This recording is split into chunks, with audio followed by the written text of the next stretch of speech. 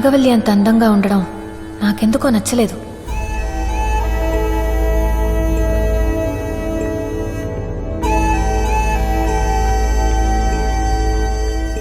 వదినా తను మా మావయ్య కూతురు, వరుసకు వదినవుతుంది. వరసే కదా.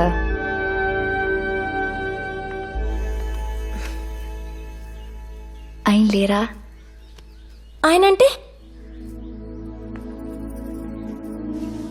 ఈయన. వల్లి అత్తయ్య లేమ్మా, పల్లెటూళ్ళలో ఇవన్నీ చాలా ఇంపార్టెంట్ అండి. మరి మనం వచ్చినప్పుడు చెప్పలేదు. ఎలా ఉన్నావమ్మా? బాగున్నాను అత్తయ్య. మధు లోపల పెట్టు.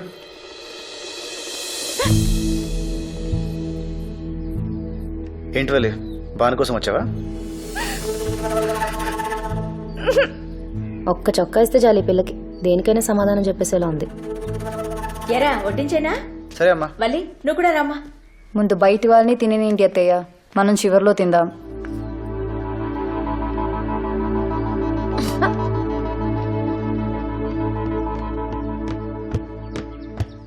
ఈసారి ఏమైంది? నీ కాబోయే పెళ్ళాన్ని చూసి కడుపు నిండిపోయిందా? ఆకలి చచ్చిపోయింది. పోనీ పాలు పంపించనా? తాగనంటే మళ్ళీ ఎత్తుకు తీసుకెళ్తావా ఏంటి?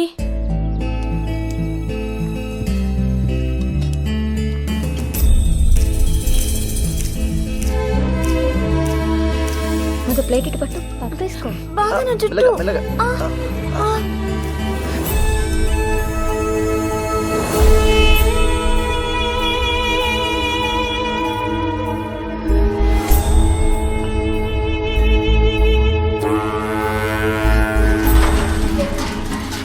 నాకు గిల్టీగా అనిపించింది. నాకు కోపం వస్తే అంతే, మనసుకు తోచింది చేసేస్తాను. తర్వాత తీరిగ్గా బాధపడతాను. నా సూసైడ్ అటెంప్ట్ కూడా అంతే, మా అమ్మ మీద కోపం.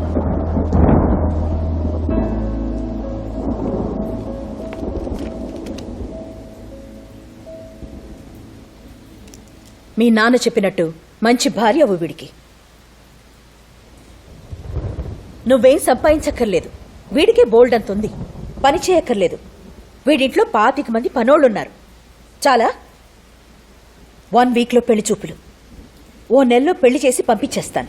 తర్వాత నీ గురించి ఆలోచించక్కర్లేదు, భయపడక్కర్లేదు. నీ పుట్టినరోజుకి ఇదే నా గిఫ్ట్.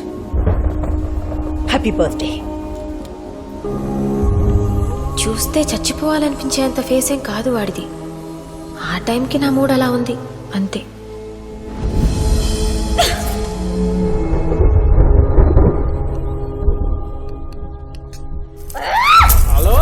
హలో, నేను పల్లం వెంకన్న మాట్లాడుతున్నాను. మహాలక్ష్మమ్మ గారు ఉన్నారా? ఏం వాళ్ళ ఆయనతో మాట్లాడరా? బాబోయ్ మీరే అండి. అలివేలు మంగమ్మకి అప్లికేషన్ ఎట్టుకుంటే వెంకన్న బాబు అప్రూవల్ చేసినంత ఆనందంగా ఉందండి. ఏమండి ఇప్పుడు ఓతి కొబ్బరికాయ ఇచ్చినట్టు ఆనందగడి చేతికి మీ అమ్మాయిని ఇచ్చి ఊరి మీదకి వదిలేశారు. ఆయన పట్టుకోలేకపోతున్నాడు బాబు. అది తప్పు చేస్తే ఆయన ఎదురుతావేంటి? ఆయన కూతురు బరి తెగించిందని ఆయనతోనే చెప్తే ఏం బాగుంటుంది? ఇప్పుడు రావణాసురుడు మమ్మీ డాడీ కూడా శూర్పణఖని సమంతనే అనుకుంటారు కదే. నువ్వు కత్తి నాన్న. రావణాసురుడి వాళ్ళ ఆవిడ కూడా వాళ్ళ ఆయన్ని పవన్ కళ్యాణ్ అని అనుకుంటుంది. ఇది అమ్మోరు కత్తి నాన్న. ఇప్పుడు ఆయన తిట్టకూడదు, కూడదు, కానీ అది వెళ్ళిపోవాలి. పోవాలి. పోవాలి. ఏమండి ఇప్పుడు వయసు వచ్చిన అమ్మాయిని వరసైనోడి ఇంట్లో వదిలేయడం మంచిది కాదేమో అని పీకుతుంది. మళ్ళీ తర్వాత జరగకూడదు ఏదైనా జరిగితే అది మహాలక్ష్మమ్మ గారికి తెలిస్తే నేను చూసుకుంటాను. మీరే చూసుకోవాలండి. It's responsibility. అమ్మాయి ఎంత పని జరిగిపోయింది.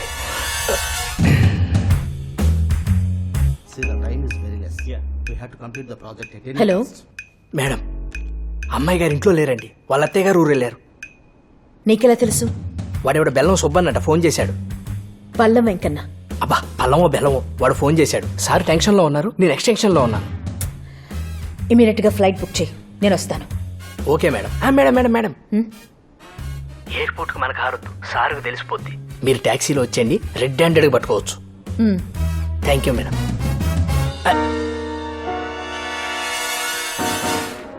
పడుకున్నాడు. మీకుందిలే ఇవ్వాలి.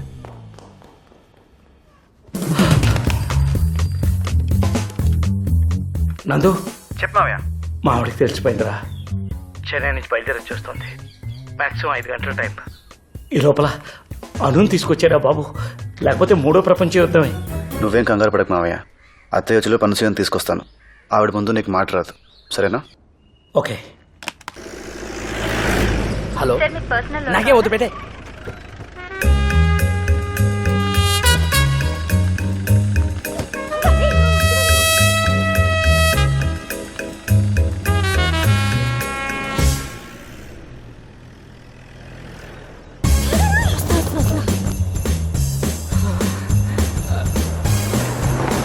నమస్తే మేడం.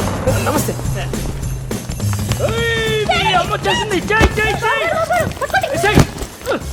ఇక్కడ దిగండి మేడం. ఆ బెల్లంగారు మాట్లాడింది నీ చూడలేరేనో మేడం. ఏంటిమా ఫోన్ కూడా చేయకుండా చేసావు? మీ మీద బెంగొచ్చి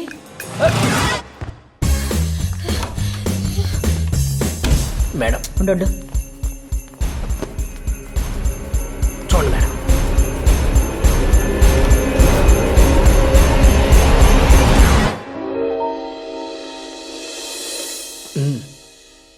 అక్కడ పిల్లే ఉందో పిల్లో ఉందో.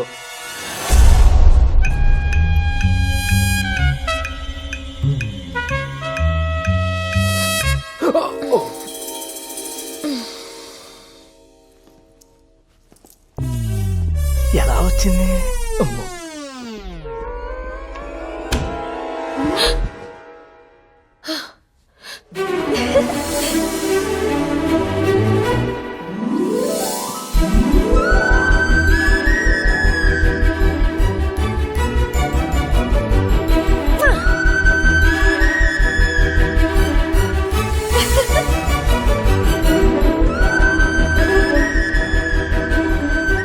నెల క్రితం ఓ రాత్రి ఇదే బాల్కనీలో నిల్చున్నా. అప్పటికి ఇప్పటికీ ఎంత తేడా. ఇంత అడ్వెంచర్ నేను ఎప్పుడూ చేయలేదు. నాకిది బాగా నచ్చింది. అమ్మని ఫూల్ చేయడం ఇంకా నచ్చింది. అందులో నందు హెల్ప్ ఉండడం ఇంకా బాగా నచ్చింది. నందు మీద నాకున్న ఫీలింగ్ పేరేంటి? ఇష్టమా, స్నేహమా? ఏమో, నాకు డిఫైన్ చేయాలనిపించలేదు. ఈ కన్ఫ్యూషన్ నాకు నచ్చింది. ఈసారి లోపలికొచ్చి పడుకోగానే నిజంగానే నిద్ర పట్టేసింది.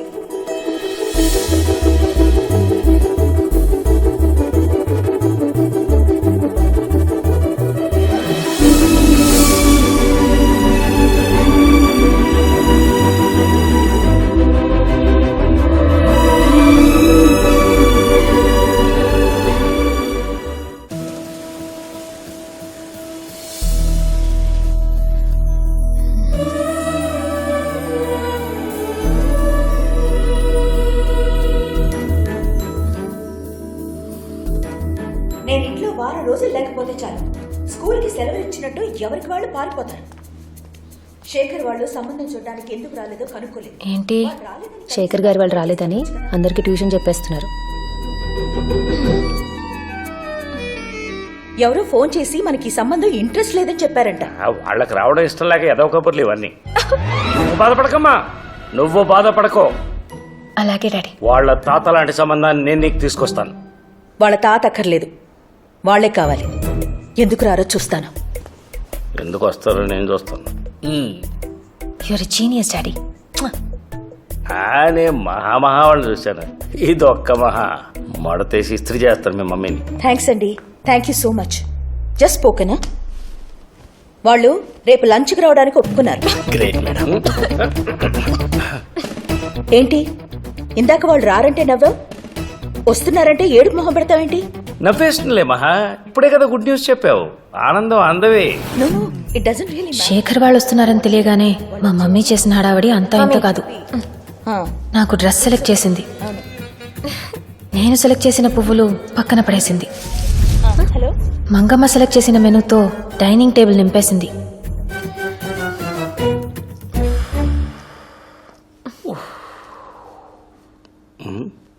ఈ ఇరిటేషన్లో ఇమిటేషన్ వద్దు డాడీ. కుక్క పిల్లకి కోపం వచ్చిందా? హలో హలో బెనర్జీ గారు లంచ్ రెడీ అయిందా? ఎప్పుడో అమ్మాయి కింది దిగిందా? ఇప్పుడే. మేము రావడం లేదు. ఏమైందండి? మేము వస్తామన్నప్పుడు మీకు ఇంట్రెస్ట్ లేదన్నారు కదా. అప్పుడు మా శేఖర్ కూడా ఏమైందండి అని ఇలాగే అడిగాడు. అది మీరు అంటుంటే వినాలనిపించి వస్తామన్నవే తప్ప మాకు ఇంట్రెస్ట్ లేదు.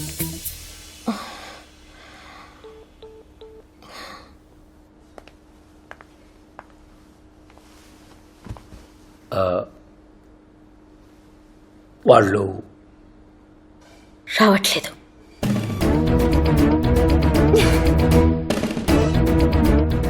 మంగా ఆ చికెన్ తీసి లోపల పెట్టు. బాగా కుదిరింది. రాత్రికి వేడి చేసి తిందాం.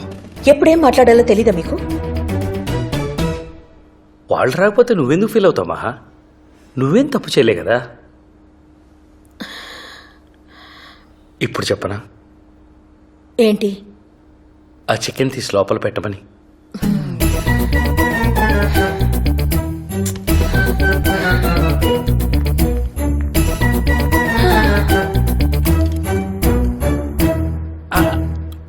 భాను పెళ్లి కూడా నేను ఇలాగే చెడగొట్టాను. అది ఎలా ఉందో. వచ్చాక ఫోన్ కూడా చేయలేదు. నిన్నే కలవరిస్తోంది. నీకెలా తెలుసు? నందు చెప్పాడు. నందునా? ఆల్రెడీ ఉన్న గొడవల్ని ఇంకా కాంప్లికేట్ చేయట్లేదు కదా నువ్వు. ఏంటి డాడీ? ఆడి పేరు చెప్పగానే నీ కళ్ళు మతాపుల్లో వెలిగిపోతున్నాయి. చి, పో డాడీ. నందు పేరు వినగానే నా కళ్ళల్లోకి నిజంగానే అంత మెరుపు వచ్చేసిందా?